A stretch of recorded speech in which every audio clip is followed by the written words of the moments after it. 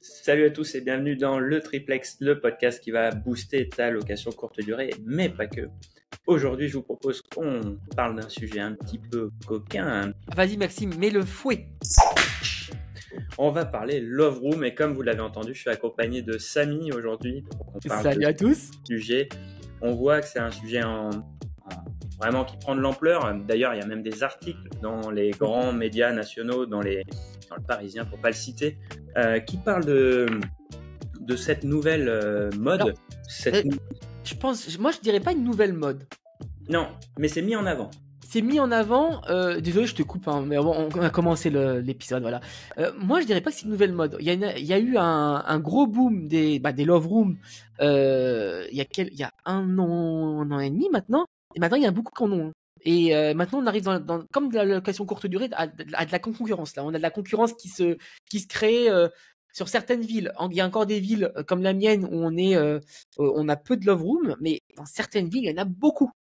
Et du coup, ils doivent vraiment sortir leur épingle du jeu. Ouais, Voilà. c'est un sujet qui est vraiment mis en lumière récemment. Moi, ça fait 2 ou 3 ans bien tassé que j'entends parler de Love Room et de logement thématique. Il y a eu pas mal de freins, il y a pas mal d'opportunités. Et en fait, les formateurs immobiliers qui ont saisi l'opportunité de faire des formations sur les love rooms d'ailleurs. Love Room, Comme ça exactement. que ça s'est démocratisé. Et donc, l'idée aujourd'hui dans cet épisode, c'est parler des love rooms d'un point de vue marketing, location courte durée, et de se dire comment on peut aussi optimiser, faire la différence sur ce marché, comme tu dis, où la concurrence commence à être vraiment plus dense et plus forte. Ouais, c'est typiquement ça. En fait, on a eu pas mal de demandes clients et comme vous le savez, nous, nos produits sont issus de demandes clients spécifiques. Et on a eu cette demande client de, en fait, les love rooms dans mon secteur, il y en a plein. Moi, je veux un site de réservation, mais vraiment pas un site de réservation classique. Je veux un site de réservation spécifique love room où j'explique du coup tout ce que je fais pour ma love room. Alors, si j'ai bien compris, il y a plusieurs types de love room. Il y a les love rooms plutôt romantiques où là, c'est moment à deux avec un spa, un jacuzzi, une ambiance très naturelle. Il y en a beaucoup naturel, chaleureuse, etc. Et puis il y a des love rooms plutôt BDSM, si j'ai bien compris, hein, avec un peu plus hard, avec la croix, etc. Et là, on va aller chercher d'autres choses spécifiques, on va dire. 50 nuances degrés, quoi. 50 nuances degrés avec la petite pièce secrète, quoi. C'est exactement ça. Donc du coup, on a ces deux types de clients en love room. Et on a eu cette demande de site de réservation. Moi, je veux un site de réservation qui présente ma love room, ma pièce secrète, etc., etc. Et donc du coup, on s'est demandé pourquoi ce type de demande. Hein. C'est vrai que pourquoi un site de réservation classique n'irait pas, etc. Et on a fouillé. T'as fouillé beaucoup, Maxime. Moi, de mon côté également, quand j'ai créé le site de réservation spécial Love Room, j'ai fouillé et maintenant on a des réponses à vous apporter par rapport à ça.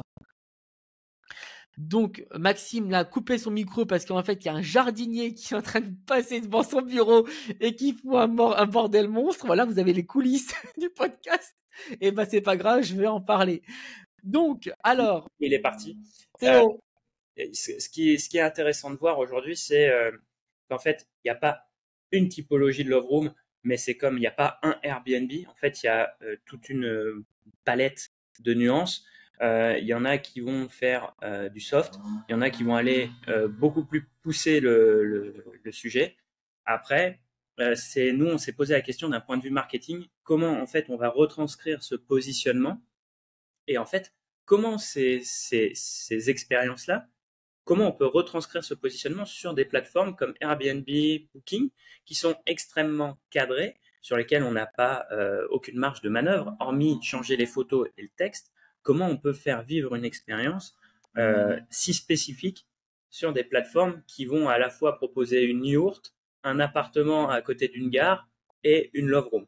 Et donc, on a vraiment eu cette réflexion, pour ma part, marketing, de se dire, les personnes qui mettent en place ce type d'expérience ont une vraie réflexion et après j'argumenterai dans ce sens-là. Et comment derrière comment les outils aujourd'hui ne sont pas forcément adaptés pour la mise en avant de cette expérience-là. Déjà, Je pense il faut poser le contexte entre guillemets sur le business des Love Rooms. C'est un business où on a remarqué déjà en termes de pricing et de pricing dynamique, il y en a pas. Il y a un prix à la semaine et un prix au week-end. Avec tout ce qu'on a vu, hein, Maxime, c'est vraiment la remarque qu'on s'est fait, c'est qu'en fait en termes de prix, vous avez deux prix. Et c'est un business qui est vachement qui est upsellé. Je sais pas comment on peut dire ça. Les upsells peuvent augmenter le panier moyen de 2 à 3 fois le prix de la nuitée en fonction des options que tu prends. Et c'est grâce à ça surtout que les propriétaires de Love Room gagnent de l'argent, j'ai l'impression, vraiment. Parce que en termes de frais de ménage, d'équipement, etc., ça leur coûte très cher. Donc du coup, le prix de la nuitée au final en lui-même, c'est pas ce qui va leur faire gagner beaucoup d'argent. Ça va payer des charges, on va dire, mais Ouais, c'est vraiment les upsells qui vont faire gagner de l'argent. surtout que sur ce modèle-là, si j'ai bien compris, le taux d'occupation du bien est aussi largement inférieur à la Exactement, moyenne du marché parce que vous exactement. n'avez pas de professionnel. Un pro, s'il a le choix entre un logement classique et une love room, clairement, il prendra la love room que s'il n'y a plus d'autres logements. Donc, c'est pas là pour le coup, c'est pas un hébergement. C'est vraiment, on vient vivre une expérience et on se retrouve, on se retrouve entre amoureux. J'allais dire à deux, mais bon, j'imagine qu'il y en a des fois, c'est plus. Ah, j'aime bien faire des blagues. Et du coup, c'est un modèle économique qui doit avoir un positionnement prix bien plus haut parce qu'on a un taux d'occupation qui est plus faible. Mais il faut aussi l'acceptation du marché.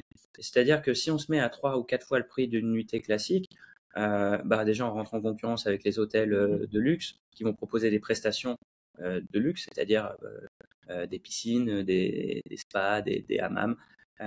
Donc il faut avoir un positionnement prix qui soit pertinent.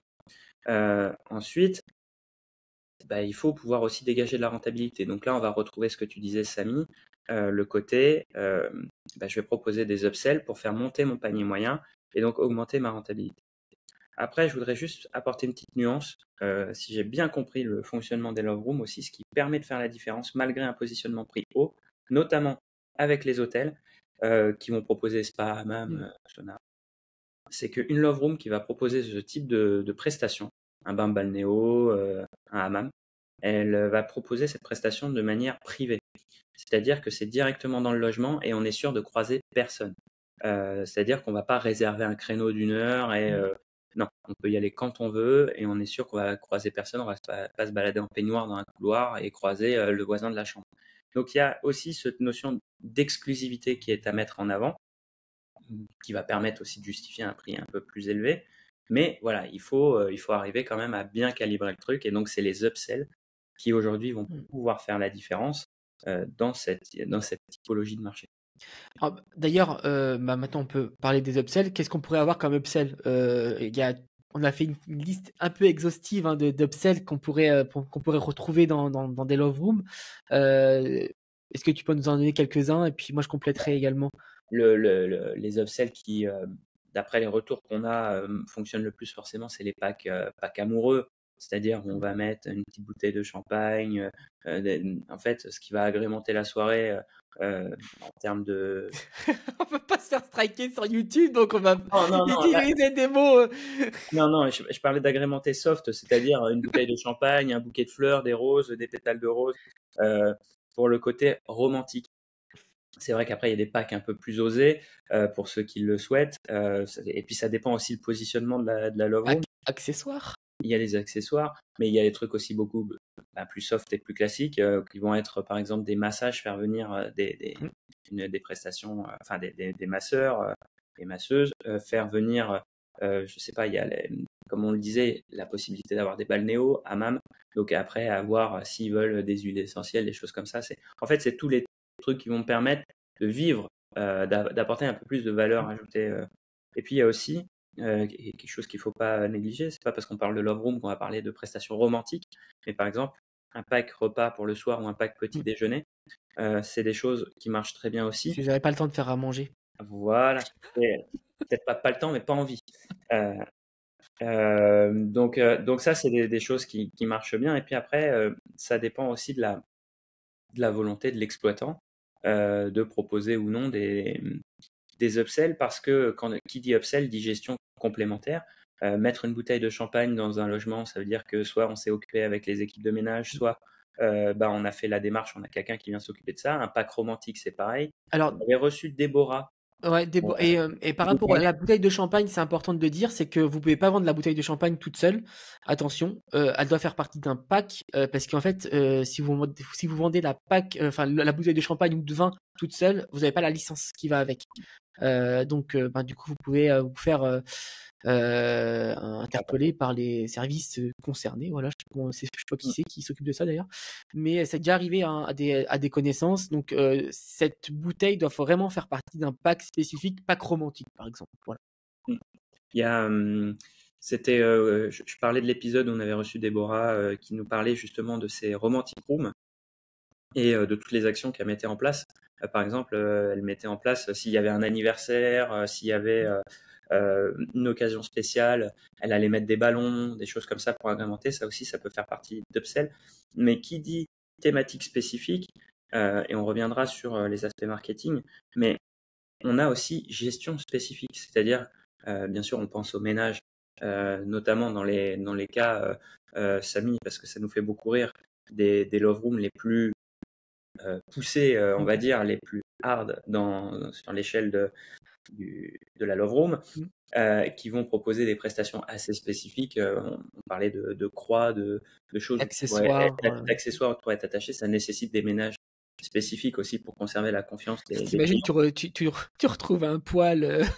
Voilà, alors là, c'est comme la salle de bain, quoi. C'est qu'il faut pas que ce soit nickel. Donc, il y a une gestion spécifique, et donc les upsells nécessitent aussi une gestion spécifique, puisque, comme je l'ai dit, aller mettre en place un pack romantique, ou par exemple, ça aussi c'est un upsell, faire en sorte qu'il y ait le bain qui soit chaud, écoulé à l'arrivée des locataires. Bah, ça c'est un upsell, mais il faut que vous ayez bien prévu votre coup, parce que si vous arrivez 2 heures en avant, ils ont une baignoire d'eau froide, quoi. Donc c'est un truc à bien prendre en considération. On a de la rentabilité à aller chercher. Il n'y a pas un positionnement spécifique. On a un travail qui a été mené. Maintenant, il faut aussi bien comprendre que, c'est une phrase que j'aime bien utiliser, s'il n'y a pas de problème, il n'y a pas de business. Quand on se met sur ce type de positionnement, on a des problèmes spécifiques à gérer pour aller chercher la rentabilité de cette typologie de logement. Comme le Airbnb, la location courte durée, n'est pas fait pour tous les propriétaires de logements, je pense que l'exploitation en love room n'est pas fait pour tous les exploitants de location courte durée. En fait, la Love Room pour moi c'est un step un peu supérieur à la location courte durée, dans le sens où là tu viens créer vraiment déjà la location courte durée est un business, mais là tu viens vraiment créer un business de commerçant, je sais pas comment on peut dire ça en fait. Tu as vraiment une réflexion de rentabilité différente, avec des accessoires, des packs romantiques, tu vas vraiment aller chercher du chiffre d'affaires en vendant des prestations complémentaires, et du coup être un vrai commerçant, et donc tout ce qui va avec, d'ailleurs. Et d'ailleurs c'est pour ça qu'on a fait l'épisode également, c'est que qui dit commerce dit visibilité, et du coup voilà, je te dis comment en fait, et on en revient au point initial de se dire, quand vous êtes présent sur uniquement les plateformes de réservation classiques de la location courte durée, type Airbnb, type Airbnb, Booking, comment en fait vous allez pouvoir cibler votre avatar client qui veut une love room, le couple. Alors l'avantage de la love room, c'est qu'on va avoir une zone de chalandise très spécifique, c'est-à-dire qu'on est beaucoup plus proche, c'est-à-dire que les clients qui réservent en love room souvent sont dans un rayon beaucoup plus proche que les locations classiques, où on va avoir des voyageurs. Là, on aura des voyageurs, alors que là, si ça se trouve, ce sera des personnes de la même ville. Vous allez pouvoir avoir des réservations de personnes qui habitent dans la même ville. Simplement, il faut qu'ils puissent vous trouver. Sur Airbnb, c'est compliqué, à moins de s'appeler Love Room, et donc c'est un peu plus compliqué. Et comme je le dis, on ne fait pas vivre l'expérience en amont, et on ne va pas donner envie. Et si on ne donne pas envie, déjà, il faut donner envie de réserver, mais il faut aussi donner envie d'aller plus loin avec les upsells. Et donc, il faut travailler, il faut être visible auprès de sa cible de manière très efficace, et lui proposer directement les upsells, pas uniquement par des mails automatisés. Et donc c'est là l'importance, à mon sens, de la réservation en direct. Dès qu'on va développer une location courte durée thématique, là on parle de Love Room, mais on pourrait très bien parler de toutes les expériences thématiques. Là, il faut vraiment appuyer sur l'expérience qu'on propose, transcrire son identité, ce qu'on a. Pareil, on parlait de tout à l'heure de 50 nuances degrés, enfin du soft au très hard. Bah, en fait, ça doit se ressentir sur votre plateforme de réservation, que ce soit parce que il faut pas effrayer. C'est-à-dire que si vous êtes dans le très hard, vous visez une clientèle qui va venir chercher ça. Par contre, si vous faites du soft et que vous avez l'image du très hard, vous allez vous priver de la clientèle qui cherche un logement pour se retrouver à deux dans un truc un peu cosy. Et donc, il faut avoir cette façon de présenter son activité et puis après de valoriser tous les upsells parce que, comme tu l'as dit, Samy, c'est 50 à 60%, même peut-être plus, du chiffre d'affaires d'une Love Room. Moi, il y a un truc que je voulais revenir, c'est par rapport du coup à la recherche. Il faut vous mettre là, on va se mettre à la place vraiment d'une personne qui recherche une Love Room. C'est une recherche très spécifique. Hein. Vous allez mettre sur Google Love Room, votre ville. C'est même pas sur Airbnb. Hein. Voilà. En fait, par rapport à un logement, même pour moi, les Love Rooms, c'est vraiment différent même des logements thématiques parce que en fait, vous allez chercher sur Airbnb un logement et là, vous allez tomber sur un logement thématique et là, ça va vous plaire. Ça va vous faire le côté waouh, ah oui, je veux trop aller dans ce logement-là parce qu'en fait, il est différent des autres et j'aimerais bien vivre une expérience. Mais à la base, vous n'allez pas chercher un logement thématique. Vous n'allez pas dire je veux aller dans un logement Lego, par exemple.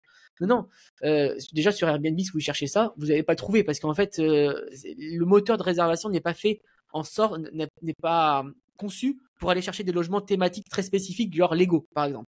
C'est vraiment quand vous allez voir le logement affiché que vous allez faire waouh.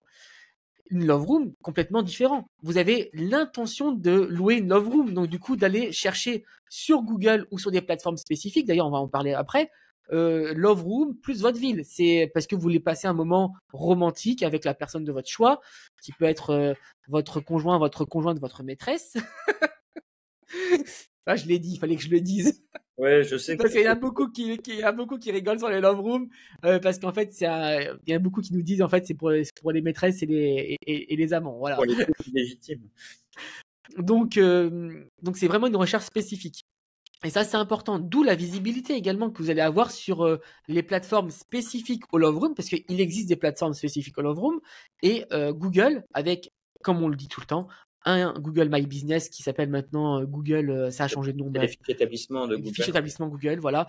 Ça, il faut en avoir une, c'est obligatoire parce que comme tu l'as dit, c'est du local. Hein, les Love Rooms c'est des recherches locales à moins de, j'ai envie de dire, moins de 50 km, hein, je crois. Ouais, c'est le périmètre que j'aurais. C'est très local et donc du coup, il faut être hyper visible. Voilà.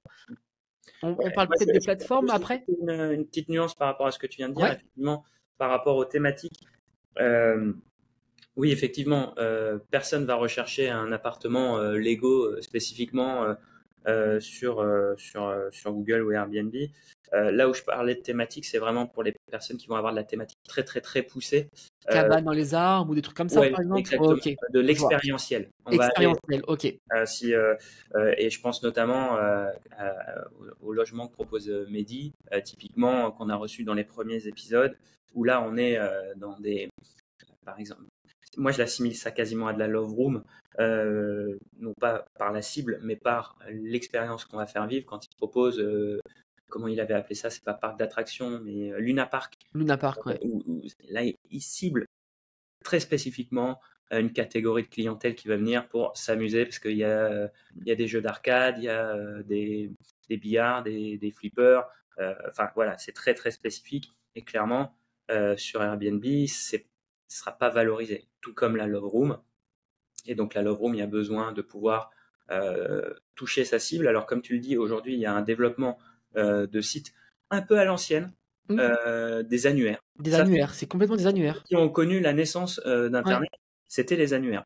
Et aujourd'hui, on a des annuaires, un peu ce que proposent les offices de tourisme. Hein. C'est-à-dire que vous ne pouvez pas réserver sur le site en question. Il va juste vous rerouter vers vers ce que le propriétaire a décidé de mettre en avant, que ce soit comment dire, son annonce Airbnb ou s'il en Site a de un site de réservation. réservation directe. Ouais. Et À ça, c'est savoir qu'il important, ouais. il paye pour être présent sur l'annuaire. Ouais. Donc si en plus derrière il met sur Airbnb, c'est coût double, il a enfin pas double commission, mais il va Double payer de sa frais, quoi. présence sur l'annuaire. Donc il a énormément de frais, d'où l'importance quand on est présent sur les annuaires. Et dans les annuaires, j'intègre les fiches Google établissement. Vous avez fait le travail pour être référencé, prenez la réserve directe. Donc du coup, c'est l'importance d'avoir la réserve directe. Et quand on est en réseau en direct, c'est là où, je le disais tout à l'heure, c'est là où vous allez pouvoir affirmer l'expérience que vous proposez, affirmer votre positionnement. Et c'est très, très important parce que, comme on l'a dit, on est sur un fil sur les love rooms. Vous allez avoir les amoureux, couples illégitimes, tout ce que tu veux, Samy, qui vont chercher un endroit pour se retrouver en couple. Et puis après, il y a aussi les love rooms un peu plus poussés où des amoureux vont chercher des expériences spécifiques à vivre à deux, pas uniquement un lieu où se retrouver. Et donc, du coup, il faut pas effrayer ceux qui veulent juste un lieu avec un positionnement qui ne reflèterait pas exactement ce que vous proposez, en donnant l'impression que vous proposez quelque chose euh, de beaucoup plus poussé, plus hard. Et ça, nous, on l'a vu avec Samy quand on a fait un petit audit de ce qui existait en termes de sites de réservation directe. Je vais mettre les pieds dans le plat, mais le noir et le rose fluo, Ouais. voilà, vous donnez une image très Coquine. tendancieuse de votre activité. Et clairement, si votre cible, c'est uniquement les couples qui doivent se retrouver dans un lieu où ils vont vivre une expérience qui va être sympa, tout ce que vous voulez, mais que vous proposez pas des chaînes au mur et de quoi s'attacher et des fouets, tout ça, j'exagère le propos, mais c'est pour que ce soit Non, t'exagères pas, hein. Il y en a qui sont comme ça. explicite aussi. Si vous proposez pas ça, ne donnez pas l'impression que vous proposez ça. Sinon, ce sera contre-productif et vous allez vous priver d'une clientèle qui serait venue, qui aurait consommé des upsells et qui aurait été intéressée par votre logement. Donc voilà. Et juste pour terminer là-dessus, dans votre positionnement, la balnéo n'est pas obligatoire. Hein, je tiens à le signaler parce que Love Room, on l'assimilait beaucoup à la balnéo. Non, ça dépend de ce que vous voulez faire. Voilà. Si vous voulez proposer balnéo, hammam, parce que vous avez le logement qui s'y prête, oui. Mais si c'est pour mettre une baignoire au bout d'un lit, ça va faire glauque. Enfin voilà, il faut aussi louez-en. Enfin, franchement, faites votre étude de marché, ne regardez pas que les annonces, allez louer des love rooms avec, Je sais à quoi tu penses, Maxime. ouais, avec une prise électrique juste à côté. Non mais moi, Ouais, c'est vécu, ça. faites des audits et si vous faites un audit, notamment dans votre ville, parce que si vous vous positionnez qu'il y a 3-4 love rooms dans votre ville, bah, c'est le budget découverte, mais allez le louer, allez voir comment c'est fait pour vous démarquer et proposer une expérience différente. Ça, moi, ça va vraiment un conseil essentiel parce que sur Internet, c'est la même chose que si tout le monde était dans votre rue. On ne fait pas la différence du quartier, surtout pour une love room, les gens ne viennent pas pour dormir. En fait, vous êtes en concurrence directe dans un périmètre de 50 km avec les love rooms qui sont là, et c'est tellement direct que c'est comme si c'était dans le même immeuble que vous. Donc il faut vraiment que vous puissiez affirmer un positionnement, une image qui est différente. Ouais, non mais c'est clair, je te rejoins totalement. Par rapport, à la visibilité et sur les plateformes qu'on a évoquées tout à l'heure, nous, c'est vraiment des recherches, enfin, c'est des clients qui nous l'ont dit: «Ouais, mais je paye pour ça, je paye pour ça, je paye pour ça». Mais derrière, bah, du coup, quand ils arrivent sur mon site, ben, ils réservent pas. Bah, en même temps, mon site, j'avoue, je l'ai fait moi-même, ah ouais, mais en fait, mais du coup, tu payes combien? C'est super cher en plus, y payer, enfin, bah, du coup, ça t'apporte quoi? Bah, en fait, ça m'apporte rien. Bah, du coup, c'est pour ça, en fait, que j'ai besoin d'un site de Love Room. Je fais: «Ah ouais, d'accord». C'est essentiel d'avoir. C'est deux choses totalement différentes. Et là, c'est le problème inverse de ce qu'on rencontre d'habitude. C'est nous, on a des gens qui nous disent ouais, moi j'ai un site de réservation pour mes locations courte durée, mais personne vient dessus. Oui, donc il y a besoin de créer du trafic. Mmh. Là, dans le cas que tu présentes, c'est des gens qui ont du trafic, Ouais, mais qui convertissent pas. ça convertit pas. Donc, c'est qu'il y a un problème, c'est il n'y a pas de conversion, donc c'est un problème du site en lui-même. Mmh. Donc il faut le retravailler pour bien comprendre sa cible, bien comprendre, bien affirmer son positionnement et derrière, je pense même que pour certains, retravailler le site de réservation, ça va peut-être faire retravailler aussi le concept. Le concept exactement, les photos prises également, enfin tout une love room, hein, c'est de la com et de la visibilité, hein. Il faut que ça donne envie. Les gens viennent pour ça il faut là, je pense qu'il faut un photographe professionnel, faut pas lésigner Ah oui, sur, parce sur qu'il y a une ça. question, là alors autant La mise en scène et cetera, le bain moussant si vous avez, mettez de la mousse, les enfin il faut y aller quoi, hein. parce que je te rejoins sur le photographe professionnel. Aujourd'hui, beaucoup disent: «Ouais, j'ai un iPhone 16 Pro Max, mon cul, heu, je vais faire des super photos». OK, tu as un logement, tu sais à peu près prendre des photos, il fait beau, il y a de la lumière, tu prends une photo, ton téléphone, tu fais quelques retouches, Mmh, ça marche. ouais, Une love room, vous avez beau avoir le meilleur téléphone, c'est des jeux d'ombre et lumière. Il ouais. faut quelqu'un qui sache capter la lumière. Si vous êtes dans un environnement, une love room, ce sera forcément un environnement cosy, très, très sombre, très, Très pour feutré, la plupart, voilà, feutré, très bien, mmh. c'est un très bon mot. Il vous faut un pro parce que c'est il faut capter la lumière. C'est extrêmement difficile, ce genre de prise de vue. Et puis le pro, il va faire des mises en scène, et les mises en scène, c'est aussi essentiel, pour donner envie de réserver. Et Sa puis mise en scène. alors, je suis tombé sur des pubs pour des love rooms. J'ai trouvé ça extrêmement bien fait, mais un peu glauque quand même. Heu, mais c'était des couples qui, allaient se mettre dans la baignoire et tout. Alors là, c'est de la mise en scène très poussée. On sait très Bah, bien qui ça cible. Il y a regardez tout ce qui est spa, hein, prenez, les mises en scène des spas, La Roche-Posay et cetera. Allez voir les sites, et regardez un peu les mises en scène qui sont faits sur les spas, par exemple, parce que c'est des moments où c'est que tu passes en à 2 de détente et regardez comme c'est fait mmh et dites au et photographe: «Je voudrais la même chose». et il faut réfléchir aussi, ça s'adresse aux couples, Mmh. OK, ça c'est ma cible, donc il faut que j'ai un positionnement. Mais qui achète? Ouais. Ça aussi, c'est un élément. Hem En marketing, vous avez 2 types, de quand il y a un achat. Par exemple, je vais vous prendre un cas très concret, les céréales pour les enfants. Qui c'est qui les achète? Qui c'est qui les veut? Qui c'est qui les veut? C'est les enfants. Qui c'est qui les achète? C'est les parents. Donc en fait, vous devez convaincre Mmh. l'enfant, en fait, lui donner envie d'acheter les céréales, mais après, il faut convaincre le parent de payer. Bon, bah, une love room, c'est un peu, la même chose. Qui c'est qui achète? Qui c'est qui consomme?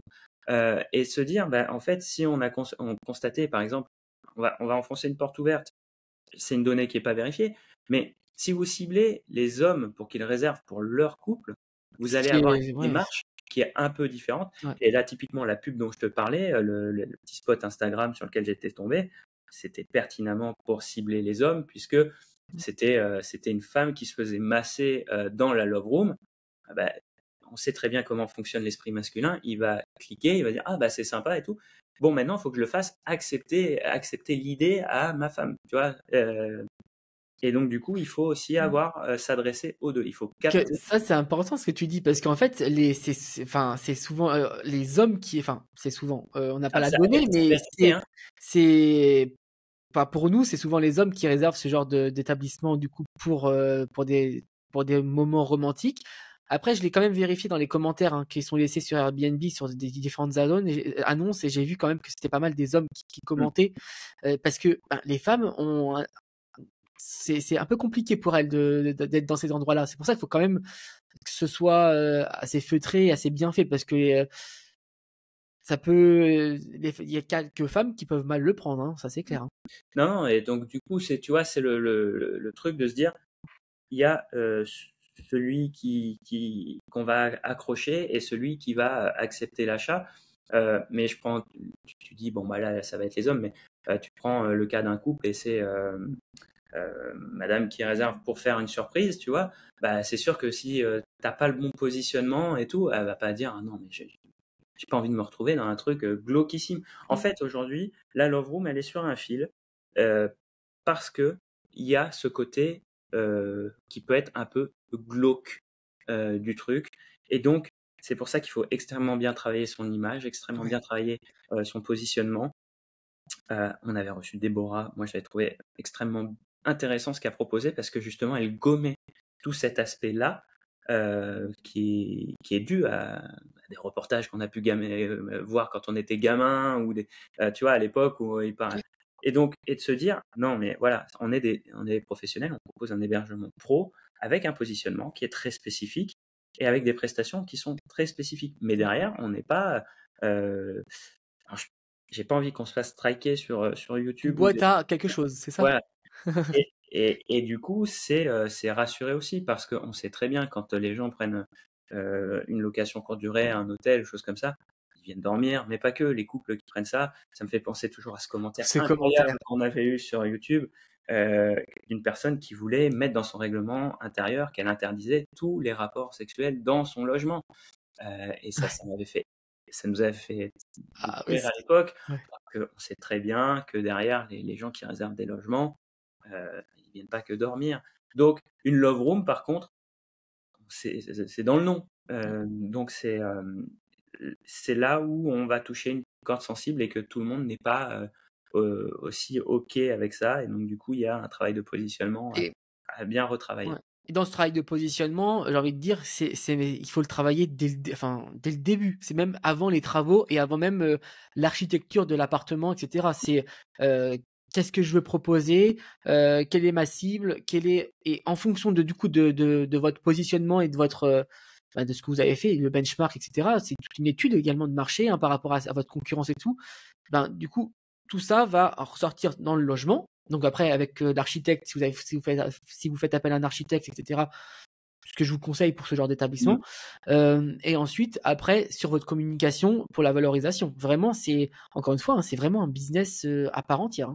Ouais. Et moi, tu vois, ce que j'avais vu, parce que il y a plein d'idées reçues, et nous, on est les premiers à en avoir. Tu vois, Oui, on parlait de bien sûr. qui c'est qui va réserver. On a des Ouais, idées reçues.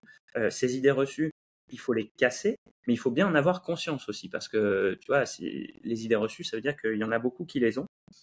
Et tu vois, moi, par exemple, l'idée reçue numéro un que j'ai sur une love room, c'est une love room, c'est forcément, et c'est ce que je disais sur les photos, sombre, feutré, mais on en a vu aussi où il y avait plutôt une thématique. Alors, je suis tombé sur une qui était très intéressante. C'était un peu le thème jungle, tu vois. Mais donc jungle, donc c'était très luxuriant avec la balnéo. Arnaud et Jane. Et c'était une love room. C'est-à-dire que là, du coup, vous imaginez, vous êtes sur un annuaire de love room, tout est noir et rose, et puis bam, il y en a une, on voit l'eau turquoise et beaucoup de plantes. Ah bah, ça attire l'œil. Voilà. Et là, celle-ci, c'est sûr, elle n'a pas de difficulté à casser le côté glauque parce qu'elle ne reprend pas les Les codes. codes. Voilà. Ça, c'est essentiel. On va exagérer encore une fois, mais vous mettez du cuir, du velours, Et du des rouge miroirs sur le noir plafond. et des miroirs et une peau de bête au sol. Vous avez repris tous les codes des trucs un peu glauques, même si vous faites du nickel. Hein. Donc, du coup, il y a énormément d'efforts à faire pour casser cette image préconçue. En fait, ces éléments-là doivent être intégrés. Pour moi, le miroir doit être intégré, mais de façon très subtile. En fait, pour moi, il faut pas qu'il y ait un miroir au mur ou au sol ou au plafond, je veux dire.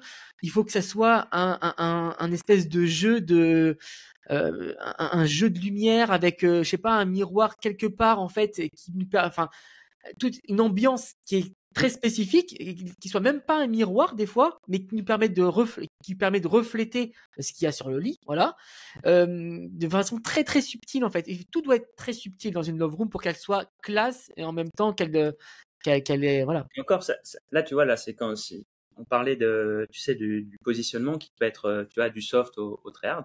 Moi, j'avais adoré. Alors, j'y serais pas allé. Hein. C'est pas une précision que j'apporte, mais dans le sens où j'avais trouvé que c'était extrêmement bien travaillé. C'est celle où tu m'avais envoyé ça, où on s'était bien marré, où il y avait une chambre à peu près classique, et Ah, en fait, celle de derrière, Tours. et une bibliothèque Oui, cachée. Ça amenait à une cave où un là, il y avait câble. le truc très hardos. Ouais, Et alors, c'est un kiff pour ceux qui veulent, mais j'ai trouvé que c'était extrêmement bien fait parce intégré, qu'on ouais. avait ce côté caché, ce côté. Pièce secrète. Et, et gros avantage de cette pièce secrète, moi je trouve à titre perso, c'est que le jour où le mec, le propriétaire, la propriétaire ne loue pas en love room, il fermait la bibliothèque et la chambre à l'étage était une location assez classique au final. Et Ouais. donc, on avait ce côté un peu, et c'est là Ouais. où je trouvais que c'était extrêmement subtil, extrêmement bien fait, et ça allait avec 50 nuances degrés. Je pense que c'était dans cette thématique-là.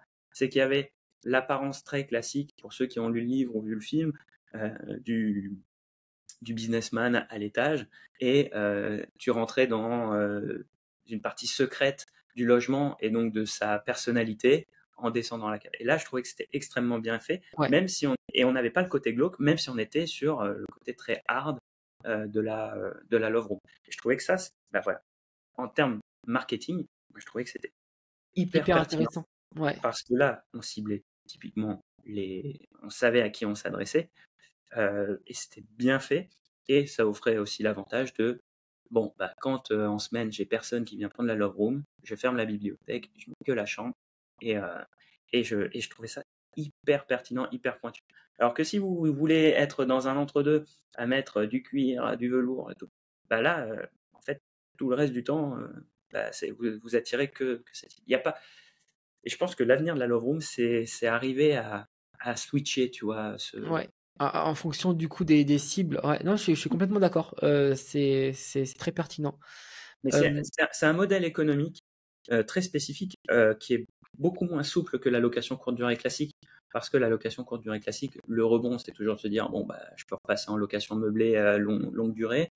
Euh, Ça reste un appartement, même si je le dédie à la location courte durée, même si j'aime une déco, ça reste un appartement. Là, ça devient une exploitation expérientielle. Donc, le retour en arrière, euh, est différent aussi. C'est comme si on ouvrait une boutique finalement dans un logement, quoi. Là, on est sur une activité commerciale.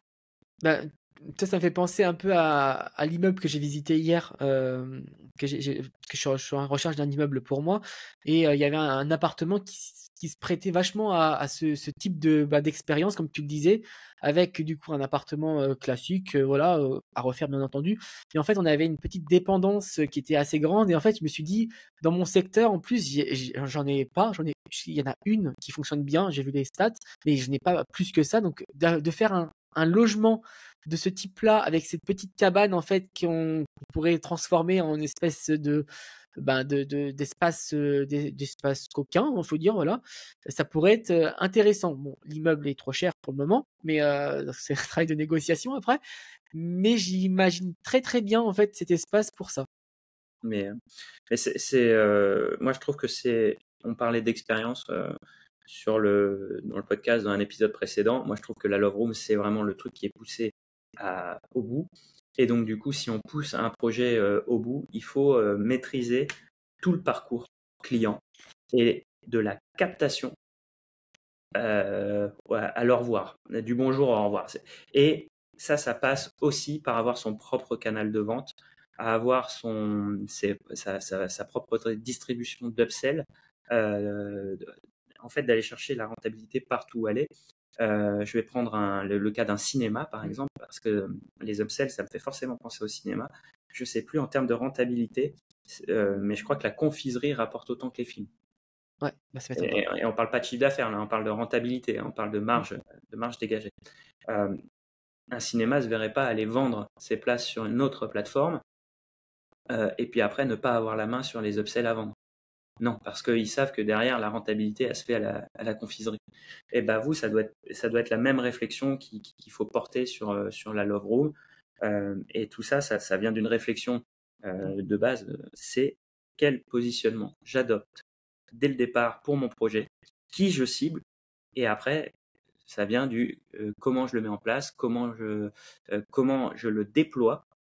Mais si vous faites une Love Room et que vous vous posez la question après à qui vous allez la vendre, euh, ça marchera pas.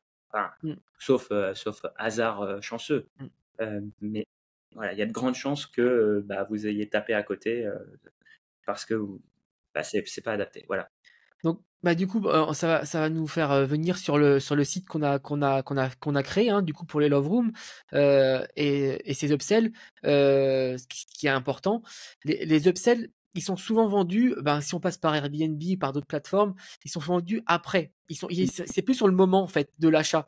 Et ce qui est intéressant, du coup, de capter, hein, pour le commerce, c'est que la personne au moment où elle l'achète, en fait, et ben c'est là où il faut qu'elle dépense. Hein. Elle va être excitée par cet achat-là, cette nuitée. Et là derrière, vous allez dire, ben en fait, vous savez que vous avez le pack romantique, vous savez que vous avez le massage du haut, vous savez que ah ben là la personne elle va s'imaginer, et puis elle va réserver direct. Que après l'achat de la nuitée, et ben c'est différent. L'achat est passé et du coup elle va peut-être pas prendre autant d'upsell qu'elle l'aurait fait au moment de la vente. Et donc du coup avec Maxime, on a créé un gabarit de Love Room qui nous permet dès l'achat de créer des upsells, enfin de vendre les upsells en même temps et du coup d'augmenter le panier moyen et d'augmenter votre marge clairement. Donc ben vas-y, je te laisse en parler un petit peu si tu veux aussi. Bah, l'idée, c'est de pouvoir, en fait, les upsells ne viennent pas comme une surcouche. C'est-à-dire que ça fait partie de l'expérience. C'est-à-dire que quand vous allez sur le site, vous allez aller pouvoir voir, donc un peu en amont, avoir un premier aperçu de l'expérience, mais aussi mettre en avant comment agrémenter cette expérience avec les upsells et non pas se dire, tiens, je vais vivre l'expérience et puis après, je vais recevoir un mail pour me dire, tiens, je pourrais l'améliorer. Non, c'est tout de suite se dire, ah ouais, attends, il y a ça, il y a ça, il y a ça. Et c'est là qu'on se rend compte qu'après, les paniers moyens peuvent très, très vite augmenter. Et il faut, comme dit Samy, C'est les options en fait. Tu sais, quand on achète des options, ça me fait penser à ça en fait. Tu achètes un produit en fait et on te propose plein d'options et en fait tu veux toutes les options. c'est exactement ça. Donc après, ça va dépendre techniquement de comment vous gérez aussi votre Love Room. Mais voilà, donc dans l'idée, au moins sur le site, c'est de valoriser les upsells que vous pouvez avoir et de se dire, OK, je vais pouvoir le mettre en avant. Enfin, je me projette, non pas uniquement dans le logement, je me projette dans le logement avec les upsells. Se dire, tiens, ouais, super, il y aura un bouquet de fleurs ou il y aura une bouteille de champagne au frais. Quand on va arriver, tac, je me projette. Alors que si je t'en parle 15 jours après ou 3 jours avant ton arrivée, te dire, ah ouais, tu viens, est-ce que tu veux que je te mette une bouteille de champagne au frais? Bon, je dis pas que ça marchera pas, il faut le faire quand même, hein. Mais vous avez plus de chances de concrétiser au moment de l'achat quand c'est chaud. Donc Ouais, ça, c'est extrêmement important. c'est Et il y ça. a un autre truc aussi qu'on met en place sur notre site, qu'on propose hein, en termes de page, c'est de se dire, on a une idée préconçue, nous, c'est de se dire que c'est les hommes qui vont avoir plutôt tendance à aller réserver des love rooms, mais on s'est aussi dit, tiens, mais pourquoi cette idée préconçue? Si ça se trouve, les femmes aussi réservent des love rooms, euh, et on s'est dit, pourquoi pas proposer ça aussi en bon cadeau? C'est-à-dire, euh, eh ben, il faut pas se priver des gens qui se diraient, tiens, j'ai envie de réserver la Love Room, mais je sais pas quand est-ce qu'on serait disponible, je sais pas, il faut faire garder les enfants, il faut qu'on trouve un week-end.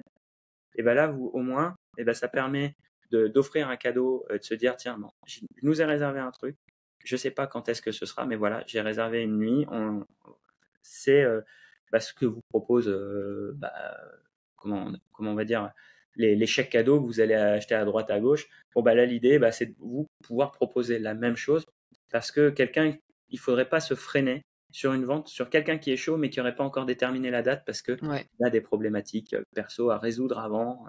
Et donc, se dire, tiens, on va les toucher. Et on s'est dit, bah là, c'est une idée préconçue qu'on a eue. Ce sera peut-être madame qui va offrir à monsieur quelque chose, mais en ayant voilà, plus de latitude et euh, comment dire, voilà, De liberté entre de guillemets en termes liberté, ouais. d'organisation. Voilà. Et ça, vous, après, à vous d'arbitrer ce que vous voulez proposer, mais voilà, c'est quelque chose qu'on va aussi mettre en avant au travers du site qu'on propose. Bah, en fait, pour résumer, parce qu'on va arriver à l'heure, on a vu plein de sites de Love Room, des très très moches, des très très beaux également. Et dans les très moches, on a identifié ce qu'il fallait pas faire. Dans les très beaux, on a identifié ce qu'il fallait faire. Et en fait, on a fait un groupement en fait hein, de tout ce qu'on a vu dans ce site de réservation, du coup spécial Love Room. En gros, hein, c'est vraiment l'idée.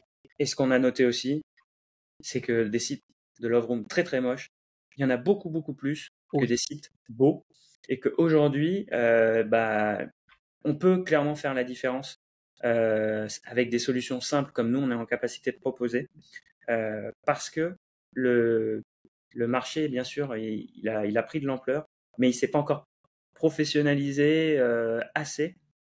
Et ceux qui sauront proposer des jolis sites, qui auront les bonnes solutions pour proposer des sites pour prendre des raisins en direct, eux vont faire la différence et vont s'installer durablement sur le marché. Je vais terminer avec ce truc-là. Le référencement d'un site, ça prend énormément de temps, mais une fois qu'on est en place, on est en place. Et c'est pour ça que ça prend du temps, parce qu'il faut aller déloger les autres. Et donc, si on s'y met tout de suite avec un bon site, en fait, on s'assure que dans 1, 2, 3 ans, quand tout le monde va commencer à avoir des solutions plus esthétiques, plus jolies, plus abouties, on soit déjà là et on soit déjà un acteur bien implanté dans sa zone. Et donc, on fasse la différence. Et en fait, on prend des résas dès aujourd'hui, mais on travaille aussi pour demain. Et ça, c'est essentiel quand on a une activité de Love Room, parce que comme je l'ai dit, c'est pas une activité qu'on va se dire, tiens, si dans 18 mois ça marche plus, j'arrête. Non, là, on est à minima engagé sur 3, 4, 5 ans pour se dire, voilà, c'est un vrai projet, c'est un vrai commerce que je lance. Et donc, il faut mettre en place toutes les actions sur la durée sur laquelle on se projette. Bah, t'as tout dit. Et on termine par ça, parce que j'ai mon chien qui veut sortir. Love Room, il y a souvent qui en ont une. Il y a souvent des personnes qui ont une Love Room. Donc nos sites s'adaptent à une Love Room, mais il y en a d'autres qui ont également plusieurs Love Rooms. Et pareil, on peut s'adapter à ce type de clients propriétaires qui ont plusieurs Love Rooms. Parce qu'en fait, quand on en fait une et qu'elle marche bien, on a envie de dupliquer. Et on remarque souvent que un propriétaire qui a une Love Room en fait et qui marche bien vraiment, il a envie de créer vraiment un concept. Il y a ce côté de concept en fait. Donc on peut également accompagner ce type de personnes-là. Voilà. Ouais, parce que juste pour ajouter un truc, c'est effectivement si tu en as une qui marche, comme on l'a dit, c'est les upsells qui rapportent le plus. Il y a de l'optimisation derrière, de gestion d'upsell et de gestion spécifique au Love Room. Donc effectivement, nous on s'adapte, que vous en ayez une ou plusieurs. Et le site de réservation, c'est aussi pour ça qu'on l'a créé pour les Love Rooms, c'est que c'est essentiel dès la première Love Room. Quand vous faites de la location classique, c'est pas forcément essentiel si vous avez qu'un logement ou deux. Par contre, pour la Love Room, nous, on juge que dès le premier, il faut y aller, il faut mettre en place tous les outils, parce que il y a de trop gros enjeux et il y a trop de manque à gagner si on n'a pas son canal de réservation en direct. Donc voilà. Samy, parfait. Eh bien, écoute. Vas-y, je te laisse le mot de la fin. C'est bon, n'hésitez pas à vous abonner au podcast, on le dit tout le temps. L'espace privé également, n'hésitez pas à vous abonner. Vous allez voir, on a pas mal de contenu à valeur ajoutée avec des chiffres très spécifiques. On vous fera une démo pour l'espace privé. Ah bah oui, voilà, la démo de notre site Love Room sur l'espace privé. Avec toutes les astuces qu'on peut donner pour optimiser un site de Love Room, notamment en termes de référencement, en termes d'optimisation de page, tu parlais en termes de comment on va aller optimiser les upsells. Vous pourrez retrouver tout ça dans l'épisode qu'on vous proposera sur l'espace privé du Striplex. Ça, on fera ça également. Et puis, écoutez, passez une bonne journée, une bonne soirée, une bonne matinée et à très vite. Ciao.